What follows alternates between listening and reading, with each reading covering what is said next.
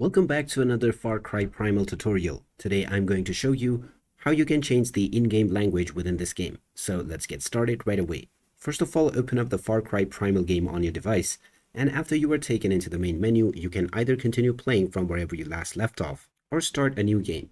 Now if you wish to change the language, then go into Options, which is the third option counting from the bottom.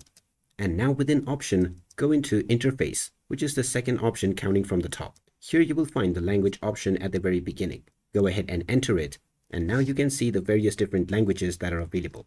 Just highlight the language that you wish to set and press the enter button.